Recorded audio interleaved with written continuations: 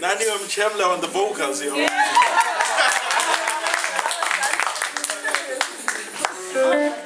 So what happens now with it? You have to have a trick of. It's almost like you can't. On this guitar, you can't just play the melody only. You can play the melody, but you have got to see the melody and the chords as one thing. Okay. For instance, if I say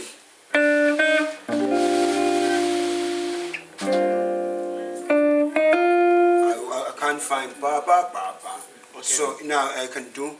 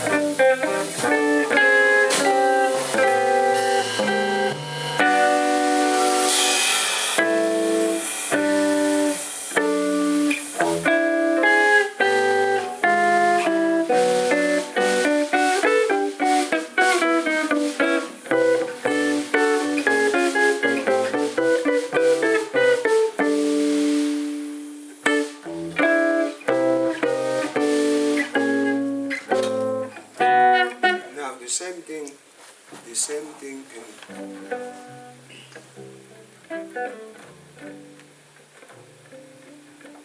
izinto zami kasifuna ukulungela zonke izinto zami kasifuna ukulungela sekwaba iphakathi noma ishwa lami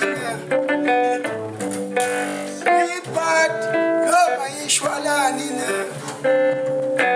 zonke izinto zami kasifuna ukulungela zonke izinto zami kasifuna ukulungela simbambile umenzi simbambile uthi woloshe simbambile uthi woloshe simbambile uthi woloshe simbambile umenzi simbambile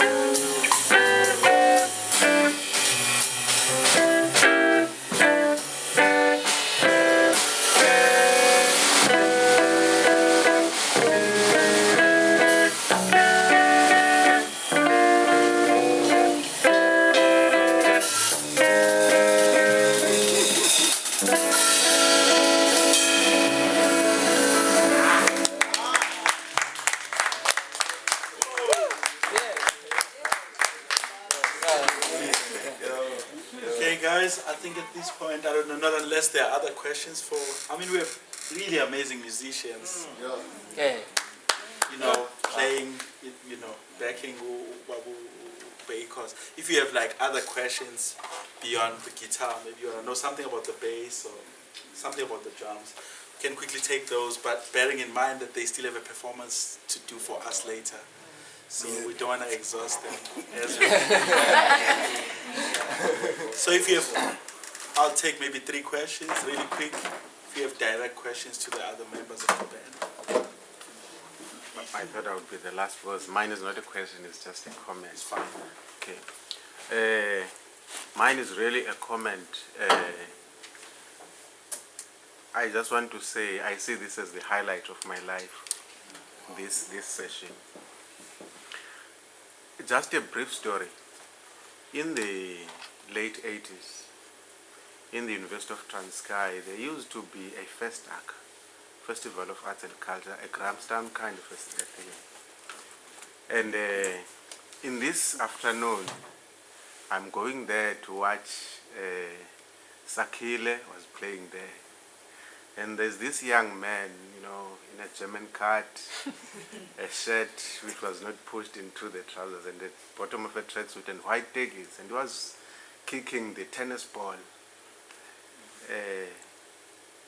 And everybody was looking at him because he was some sort of an energetic person.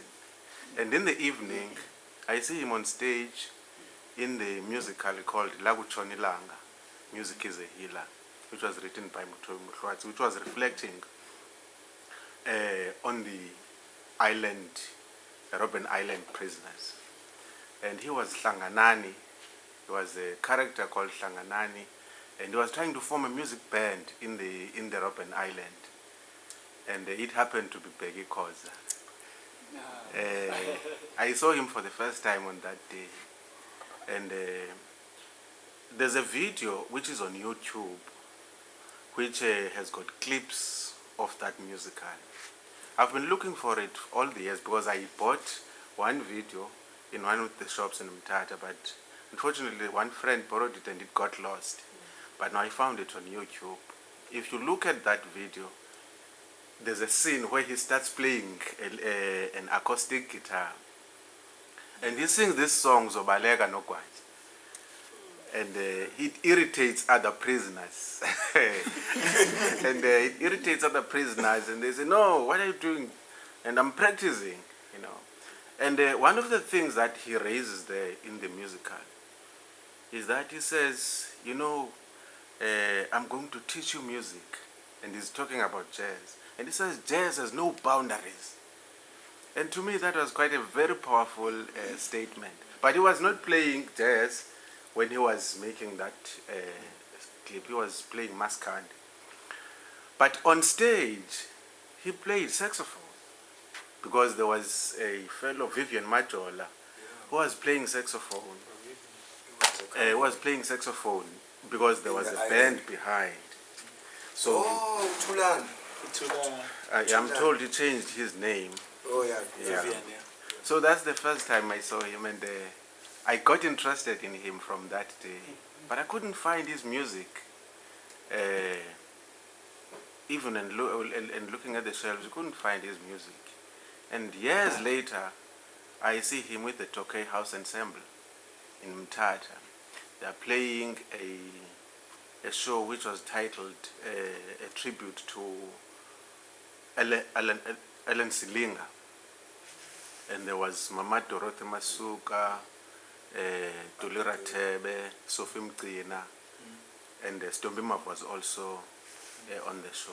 At that time, Ellen Silinga was still alive, and some people thought he had long gone. And he was playing jazz, and I was wondering now what's going on, because I knew he could play music, but the deep jazz that he was playing was confusing me about his personality. And now in the middle of the show, one of the ladies says, do you know that Bheki can also play Maskandi? And he retunes his guitar. That's what surprised me. Why do you have to change the guitar when you have to play Maskandi? And that happened. He did exactly that. So I'm just saying I feel like sharing that story because to me it's really a very big day for me. It's a man I like very much, but we have little music about him on the shelf.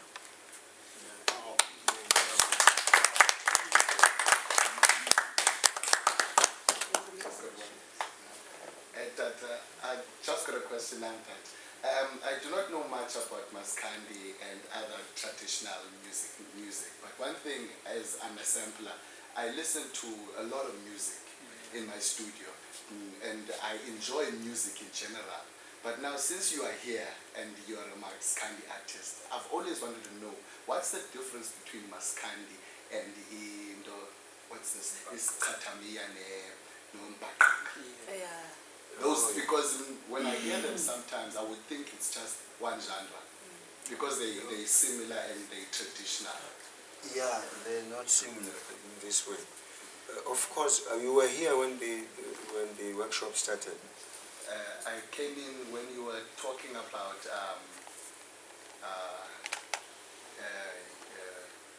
the school that you were teaching in, No, I didn't even finish that story. No, not the workshop. Yeah, at Alexander, at Funda said, hey, I didn't even finish a whole chunk. There's a whole chunk. But anyway, it's got to do with the technique. Because I heard. Hey, even this workshop I just started. It's not a mere. You like Maskandi, like now Maskandi refers to the music that is played in KwaZulu-Natal, which features a lot of the traditional, so-called traditional guitar. But anyway, Skatamia, I've heard people come to me and say, I would like to Skatamia. I would like to Skatamia Sako. One time there's a jazz collectors that hired me, those guys about Opa, who used to do jazz festivals. And these guys are like very jazz fanatics. And I had a 7-piece band then. On players, Tommy Manana, Paul from Johnny Makwa School. I had a trumpet player. And while we were playing in this very jazzy collector setup, a guy comes to me when I take a break. He says, "Hey, I was trying to start a mere sound." That's when we realize how. What is now when he says start a mere, he didn't start a mere. Is you see what Black Mambazo plays, sings. Skatamia is a cappella. Yeah, Skatamia, and also because of the dances, that those gloves, but it got its name from there, which is Skatamia. So, but of course, some people they can say Maskandi, but it's Skatamia, but that's not knowing to identify that. You said the other thing is what Mpakanga. Now, Umpakanga, it's different. Now you realize that when I played more from the from the sea. Yeah. Now, but when you hear some sound that goes like Mahlatin, the sound Mahlatin. That one, there has to be an electric guitar. And the lead is very dominant because it's playing lines again. It's not playing the melody, but it's playing lines accompanying what is happening. And it's the most you can play there. You play either single strings or duets and double strings. Sometimes just 3 strings, but they do a melody. You know, if you listen to groups like Soul Brothers, that is in Mpakanga. Yeah. And again, the word Mpakanga, it comes from it's a word that indicates a home brew. Yeah. You know, yeah. So when it started, again, one day I'll do a workshop on Mpakanga. Mpakanga, it's got its own story. I thank you. Thank you. I would like to know about the future of Maskandi, because from listening you see from you, as we're mentioning some of these musicians like Shugela and others, you see, they are gone. And now there are others who emerge, those who are young. And I find that most of the music on Maskandi is just sold on the streets. You see, mostly, even and when I go to KwaZulu-Natal, I find these guys playing near the workshop, for instance, in Durban. You see, you don't find it in the shops that sell music. That's one other aspect of this music. And it's unlike jazz, for instance, in terms, I'm moving to another direction, where you find that jazz is taught in schools, jazz in universities, and all those places, in KZN and others. Maskandi for instance, I haven't heard of places that teaches this type of music, you see, because by mere teaching the music, at least there's a semblance of future progression, even if conditions are not allowing. Yes, sir. And also there's our government, that department that is supposed to fund and also to provide support to these, you see, genres like Maskandi. Maybe I'm pessimistic, because I think much as they are loved by the people, you see, this of music, you see, but I find that if it doesn't get the necessary support it's supposed to get really in future, the generations to come may simply, you see, abandon this type of music, whereas it's important. Also, you see, it's part of our history, just like South African jazz and other types of genre. Maybe I'm wrong in my assessment. Can you say something? Not really. That I can say something. There is one, in this workshop, one of the things that I mentioned, giving the outline of this workshop, was that the last portion of the workshop will be just to collect. It's not me that's going to say what is the direction. I said we're going to discuss the direction, the direction of this genre. I thought that it was contained in this presentation you just made. So if you are... No, I'm saying it's not that, because if I give you, I can give you an answer now, but the answer is what I think. It's not like cut and dry. It's something that I think, and also is something that I do. Our beliefs could be different in terms of what should be done, in terms of what is purity, what is, what is that. The way I think, the way I play Maskandi, I have recordings of Maskandi, like Maskandi, that other Maskandas that are there in the scene, and the ones that have passed, they know me. There's a term in Maskanda that Maskanda use when somebody plays something which they say, they have a word for it, they say Ishe or ampere. If you are ampere, they tell you straight that you are ampere. If you can play it, they say straight which yango. So I've now, in other words, I've tested because I know that language. I have tested myself. I've gone into the midst of the best Maskandas that you can ever think of, and went in there, boom, and played with them. And sometimes I would play to them. So, though that language is another language.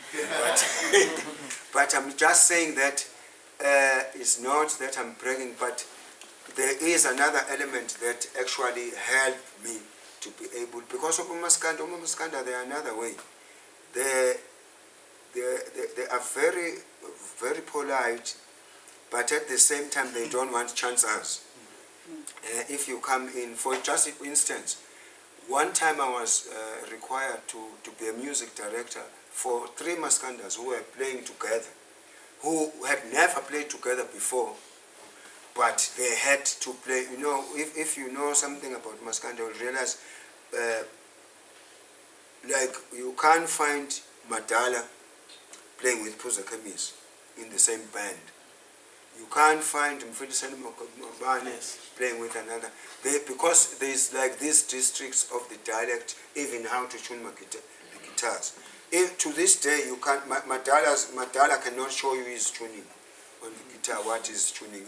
If he comes across other Maskandas, he protects it by all his life that they know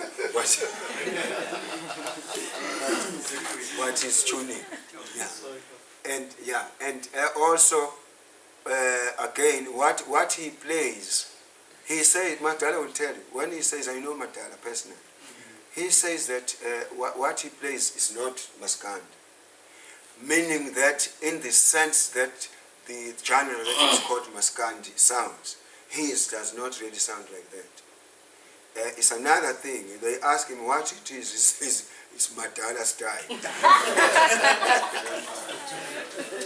But at some point I was involved. I was music director for 3 maskandas. Madala Gunene, Mfiliseni Makubane, and another guy called Majiji Beng. They had to play together in one band, so that Madala, he doesn't only play his songs, he also plays the other songs from the guys from Nongoma. Now he doesn't play that style at all. It's a different thing. It would need another workshop for me to demonstrate for you where it differs. And also, now Mfiliseni doesn't play what Madala plays. But the project was that they must play together and they must play for each other. So if Madala plays, Mfiliseni also must be there playing. If Mfiliseni plays, also Madala had to find a way to play. Now I remember in this rehearsal, we are seated there. The time we start with one guy, we started with Madala, so that everybody is going to play. All these other maskandas, they must tune, they must play what Madala is playing. They mustn't tune the guitar like his, but they must find tonally what they can play when he's playing. You know, they struggled. I hired another guy in Durban. There's a guy called Kalala. His name is Kalala. That guy is something else. I don't think there's I don't know if there's somebody like him. This guy, he plays maskanda. He plays it on guitar, and he plays it also on the keyboard. Now, you know the keyboard, they can get the concertina sound on the keyboard. He is in Durban when they are doing recordings, because the concertina is limited with the keys, just like this thing I was playing before. We play that key and across. That's it. You can't play all the 12 keys. Now, this guy, he plays on the keyboard. He can play ihlabo lezo usidlala ngeguitar. Udlala ngeguitar kanje ayibeke phansi guitar ayithathe ayidlale ngene. He plays amahubo udlala le sound yakwaShembe.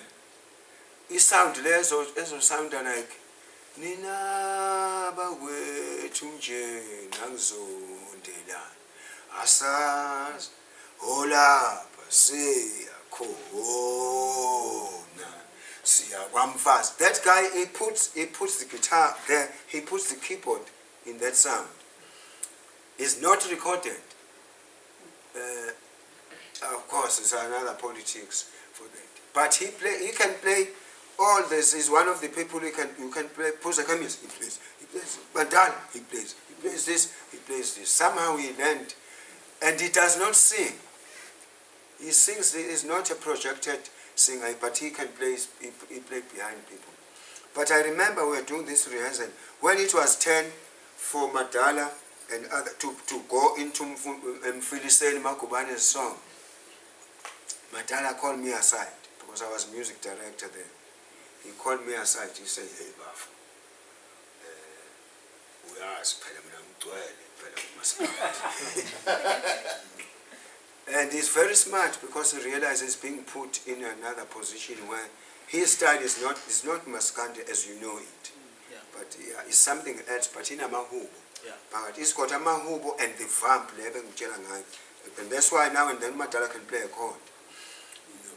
So, and he was very much, he was so, he told me aside, he said, "Hey, Bafo, I'm tired of maskandi."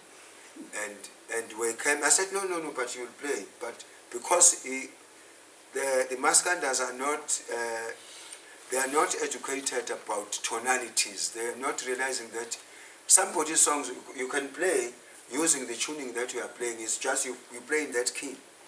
You got to be in that key. But now with these Skrillex tunings and things and hiding, I think they got a person Ukhalala. Kalala thinks that when I met Kalala, he likes me very much. All these guys like me a lot. Matala, Filiseni, Puza Kamisi, all of them. They were surprised that I can play with this one. I played with him Fazumyam. You know, I can play. Puza Kamisi came to me and says, hey, Bafu, hey, when he was listening to the album of Simpiwe Dana, he came and he listened to that album at downtown. For many days as we were recording, he listened to this without saying anything. And maybe 5 days he came, he said, hey, Yazi, ngiyafuna ukuthi ungifakelele imfijoli nale jazz. And the reason behind his thinking was that he says he always, since he started recording, he's never sold more than 25,000. Now, which means he realizes that the buyers of his music is a certain kind of people. And he said he wants to open this up. He says, why is everybody? I'm bored in the hostel. Maybe if I can put this thing and this jersey, he is aware of that. You know. At some point I was supposed to produce him, but there was other politics at Galo. I'm not a favorite of Galo. Now, but what for me, I think even for Maskanda to just remain where it remains, for me, is limited. You know what is the term classical music? Somebody defined classical music when I went to university in the States. I got a different definition in the school that I went in of what is classical music. It was defined as that craft which has been performed by professional practitioners. And that bunch of work, that body of work has become the standard to measure as to who can play, who cannot. Like if somebody, for me, that will mean if somebody comes and I play the piano, I play the guitar, on what base are you saying that? What can you play that is accepted, that has been played by professional musicians and be put there as the standard? As the criteria, now that is classical music. Now, when it comes to the problem I've always had, my arguments in terms of this, Maskanda, this and that, is that when, for instance, when George Benson plays the guitar, you might not know where he comes from, but you know that he plays, he can play. And anywhere that he can go to Japan, he can come to South Africa, he can go where they want. No one will say, according to the corner where you come from, you are playing. He will just be a good guitar player. He will not be cornered into, now you play Maskandi or you sing Skatamir, they say, hey, these things, yeah, in this type of music that you are doing, we are good at what we are doing. It gets cornered. It gets cornered like this. Also, in my thought is that because it's not written, you cannot go anywhere and find a score for it. It keeps it into that margin. Yeah. That, oh no, in order to learn this thing, you've got to grow up there. You've got to be in from that society. But to learn jazz and classical and what we could be from anywhere, there's pages, there's trainings, there's exercises, there's everything. So for me, I think any art, if it what qualifies it to be global is when I've got to be able to take a Maskandi score and give it to a guy from China, and he's able to read. He must make sense with it. Oh, what is this? Oh, this is, what is this? The tuning. You've got classical pieces where they say the tuning drop D, the tuning drop A, but they give you the tuning up front, which means it's not on the so-called standard tuning. And also, all classical music comes out of folk music. It was folk that was developed, that was performed by professional musicians, and now, if that does not happen with Maskanda, it will remain in a corner like that. You'll always be, oh, you are trying to young again. That corner, and oh, hey, for that, hey, that's another kind of thing. So it will always mean, in order to learn it, you must go into that environment and grow up there. If you are not growing up there. And also with the maskandi, the fact that abantu abadlala umaskandi cannot play anything else, ngeke ukuthi bathathe ubafake nozonke, ngeke ukuthi bathathe ubafake nonathi. Also that limits. Because it's tonality. When there is tonality, tonalities can interchange. Now the education, I think that's where then the education can really help. Is that the person who could be learning to play maskandi, it won't be like putting like a horse. Which this is where you walk, only here. They'll also know scales, they'll also know there's pentatonic, they'll also know there's blues, they'll also know there's changes of keys. Like you never had any maskanda recording which plays and somewhere it changes a key. In up. Maybe there is one or two. There is one actually maskanda that can do that. That can play and change a key. And he's been playing maskanda for all his life until I met him and I teased him. I'm playing maskanda, and then I changed the key. I play from the C position and then I went to the G position. He knows the G position. But when I did that, he stopped playing. He says, Khoza, wenzani? It took him 2 weeks before he figured out what he did. Hey, wenzani? Uzama ukunginatela.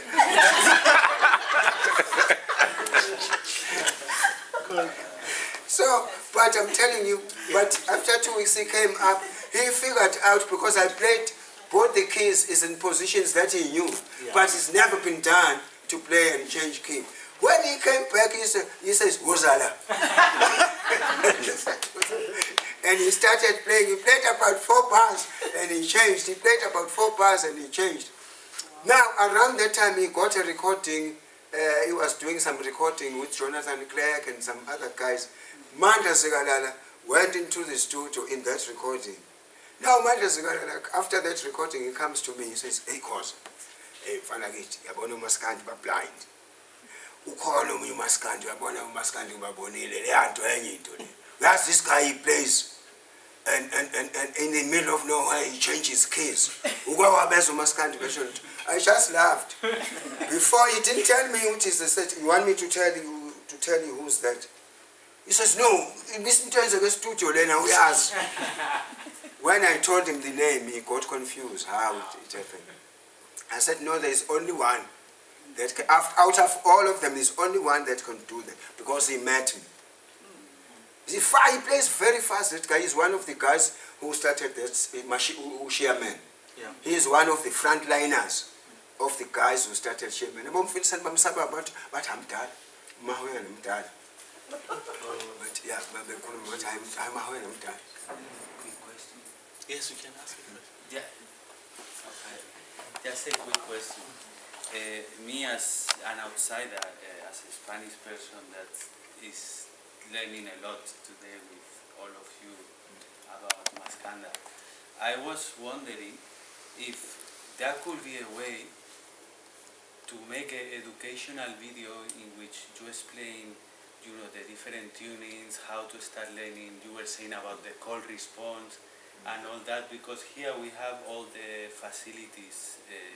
We have filming crew, we have a recording studio, so maybe a video as a reference to start playing Maskandi, in which you bring this understanding of how to start playing Maskandi and a repertoire and the tunings. It could be a very good thing for future generations, that not only for South Africans but for people who, guitarists like me, that can introduce this type of style into the music.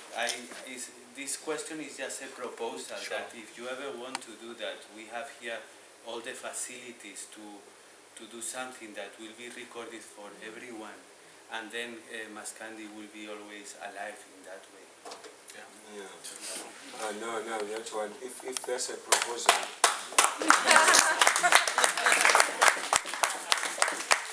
I think in many ways as well, it responds to your question.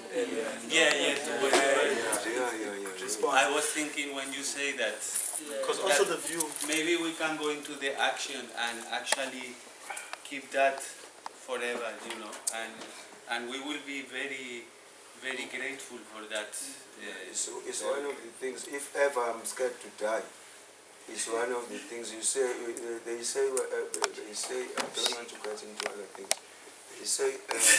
They say when you are born, God, He also writes a date when you are going to die. I don't believe that anyway, but that's another thing. And they say when you die is perfect. That is perfect for you when you die that time. But I always think, hey, if I die without doing that, that will be an imperfect death for me.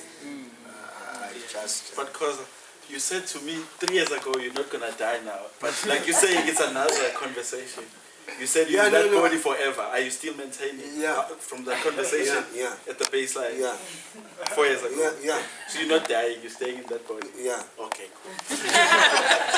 So what I wanted to say though was that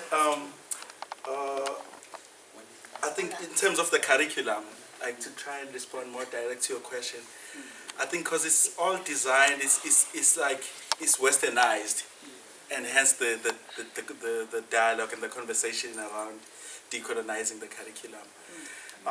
So the West, up to this day, they only see Africa as a country instead of a continent. And hence, even within the curriculum, when there's a section that covers African music, it's just covered as just one chapter, or even in a book, it's just African music. It's not really focusing on dialects, or you know what I mean? Like so I think that's one of the challenges, because even if we have a program that talks to African music, even in our department, I mean UKZN, UCT, but it would just say African music. You know what I mean? Which is of a view that Africa is a continent. So I mean, Maskana music just is a genre that exists more in the southern region of the continent. But there are other kinds of guitar playing that happen in West Africa, Central Africa, and all the way.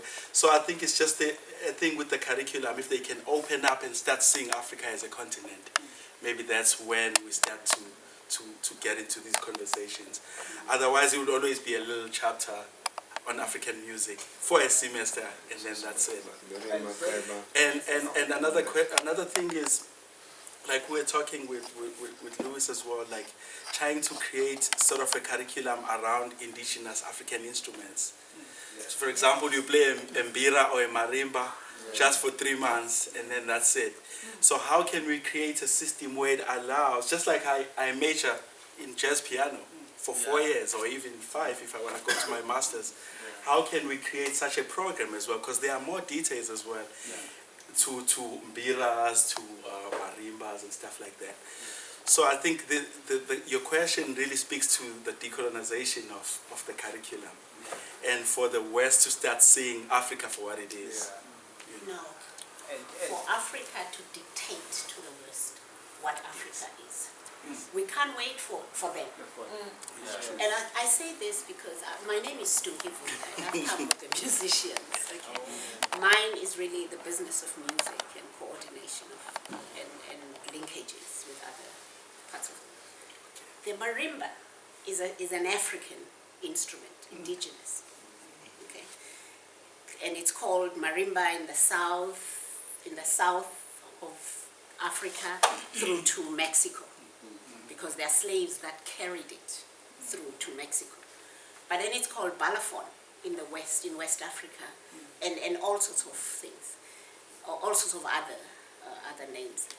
But one of the things that has happened with anything African is that we hoard it. Now, I had an occasion to coordinate a program for Dave Samuels, okay, Spiral Jar and stuff. And he couldn't come to South Africa because he plays the marimba and vibraphone, but the specific marimba is a rosewood. And in this country, there are 4 rosewood marimbas. One in Pretoria, one in Joburg, one in Pretoria, one in Joburg, one in Bloemfontein, one in Cape Town.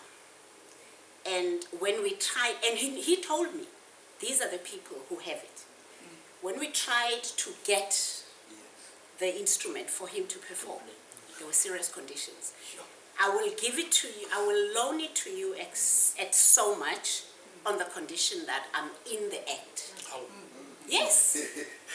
The business of music is much bigger than just you and your instrument. And it became so territorial that, I mean, we had met at a marimba festival in Mexico, and he wanted to come. And he says, one of the things that he wants is the vibe. There's the energy that Africans lend to their instrument when they play the marimba. For sure. And it is only in South Africa. Everybody else plays mechanically. But the energy that we give, any marimba player, the most quiet marimba player, when they get to their instrument, there's a life that you don't know. And when they get off that instrument, they're back to their quiet. So this is the energy that the world is wanting from South Africa. And we could not bring and share this information with these guys because of, and these rosewood marimbas are made in Japan. Okay? We still have wood. There's lots of wood, there's tatarem and everything. Yes. But we're not making the instruments. Even in South Africa, the instruments that you get, do you see what I mean? Those are opportunities. In West Africa, in Senegal, a drummer, if they play the saba, they are taught the saba, they are taught to make it, so you make your own instrument and you build a relationship with that instrument. Today, in fact, I was in West Africa because I was playing a video of a band. And they've moved away from just the drum. They use the calabash. And it's grown. They have huge calabashes. And they cut it in half. They put a cushion. They connect it to a speaker. And the sound that you get there is something else. But they make it. The kora, you make. You go to Mali, you go to Mani Diabate's place. It's a compound, and people go there to learn the instrument. But he will tell you that I will teach you the instrument, but I'll teach you to make it, so that you tune it. So we can't wait, therefore. For those days are gone. When the ships came and decided what is good for us, they are gone. And I'm happy to say this because today we are addressing a workshop of people at tertiary level. Not everybody in this business is going to make it as an instrumentalist. But you are getting the information. So there's the theory and the practical. And so that you don't get frustrated. And then Shwashwi writes about you to say, one hit wonder and they're gone. Yeah. Focus on the information. Do your research. Come up with, share experiences, travel. Yeah. Travel, go, and I mean, I've been into the deepest places on this continent, and I can always say, I don't play an instrument, but I can always say, when I come back home, I hear a different sound. Yeah. These guys have traveled with me in many places, and they have gone to the market and they've bought a talking drum at Nzoifundi Kai. And it is that practice. So, and what has also touched me about South Africa, but you don't see it, is that when we've gone to festivals, I remember we went to the St. Louis Festival in Senegal for the first time. And I took 2 acts. The first act shared a stage with the biggest master drummer on this continent, Dudunya Rose. She ignored him. She focused, and it was 3 acts. It was Dudunya Rose and Joe Zawino, and then this South African. And do you know that she got on stage and she played Don't Let the Sun Go Down on Me, and she played everybody else's music but her own. All international standards. And people are like, who are these people? Ne? Then the last act, Usipho Gumede, came in. They were very disciplined. And I kept saying, no. I've been told, please delay by an hour. I said, no. We are ready. Mentally, we're ready. We should be on stage now. Anyway, after that hour, they didn't talk to me. They went on stage and they strummed. The first note they made, people ran in. There were people all over, hanging out and whatever, they're thinking, it's a Saturday, the festival will start late, the concert will start late. They heard that song, the first note. They came in running, and the Minister of Arts and Culture said to me, you were with me at the cocktail. What is that? I said, those are my guys. Who is this? We want to hear you. And they wanted more, and the guys said, an hour later, they packed up and they were gone. And there was this sound that nobody had heard. Nobody had heard. It's a South African sound. So don't lose touch with who you are. Those sounds that you hear, oh mama, like, oh mama, all those sounds. That's what defines us. Yes. They don't do it in England and in America, where all of you look up to when you are made. But they want this sound, and they don't know how to get this sound. Yeah, but Ukikiza is the biggest thing because they can't do it. And they said, how do you do it?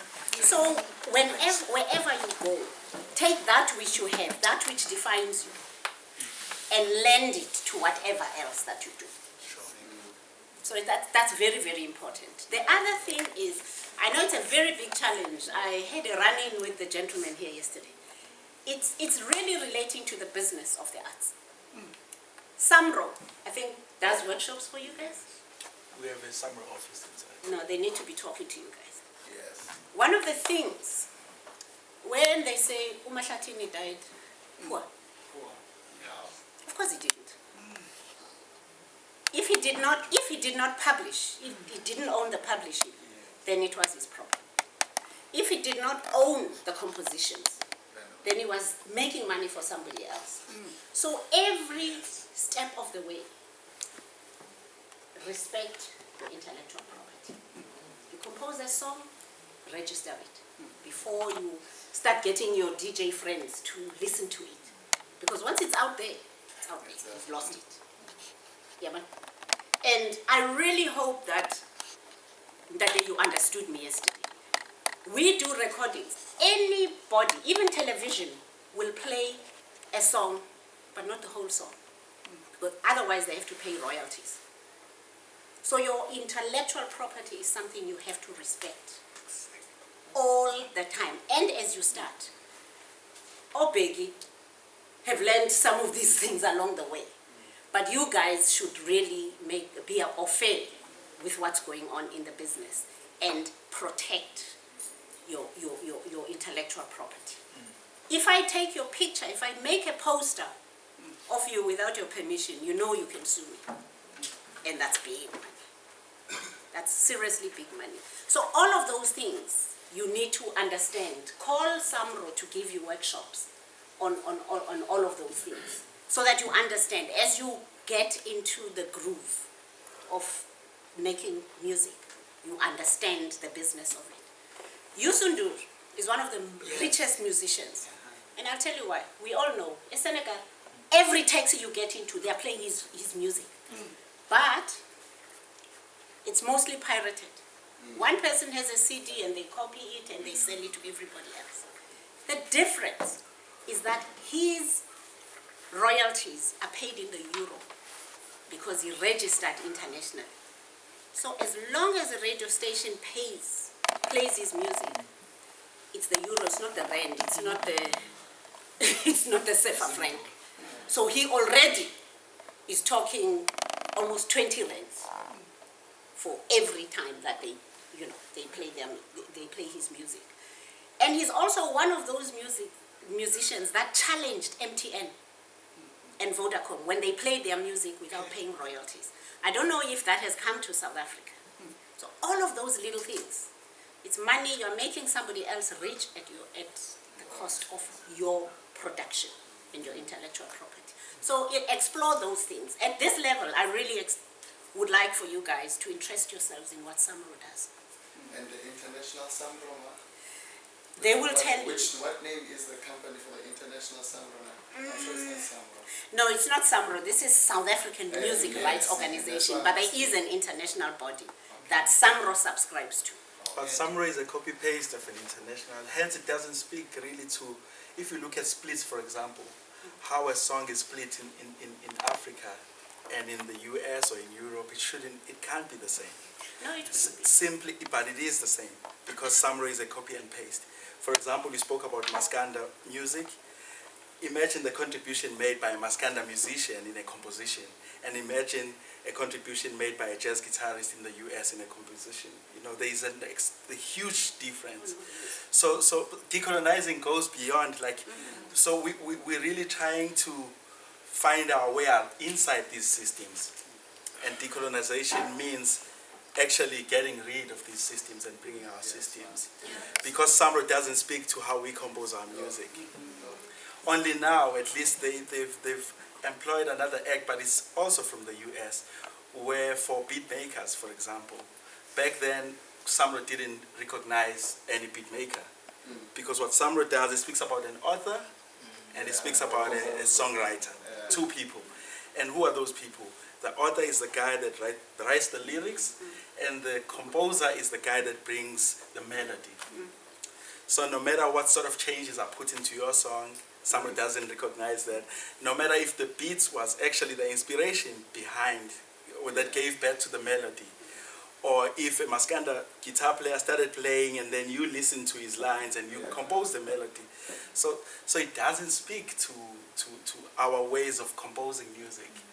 So I mean, it's a similar thing that I'm talking about here, sitting in a university where we would have 6 months of African music that doesn't really speak to some of the music around us. I mean, when Dr. Jimenez came here, we had to look at how his sort of syllabus can speak to the surroundings, because that's been the norm.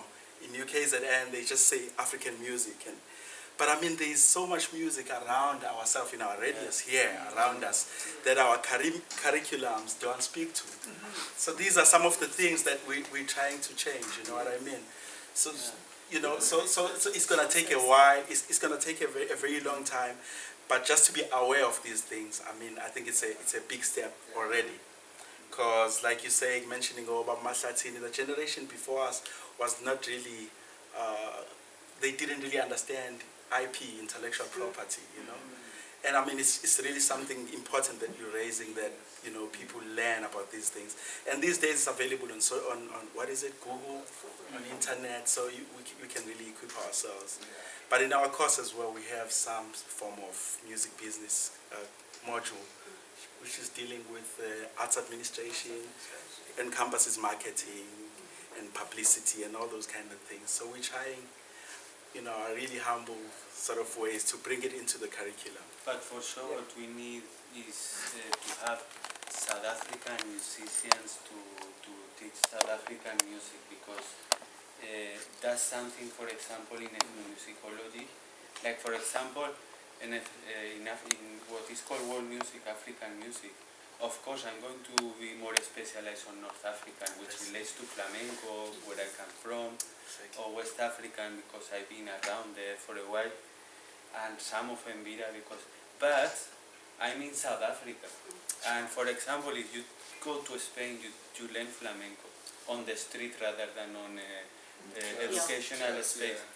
And how we can bring the street into these rooms, you know, this is a big problem in most of the countries. How you bring people's culture into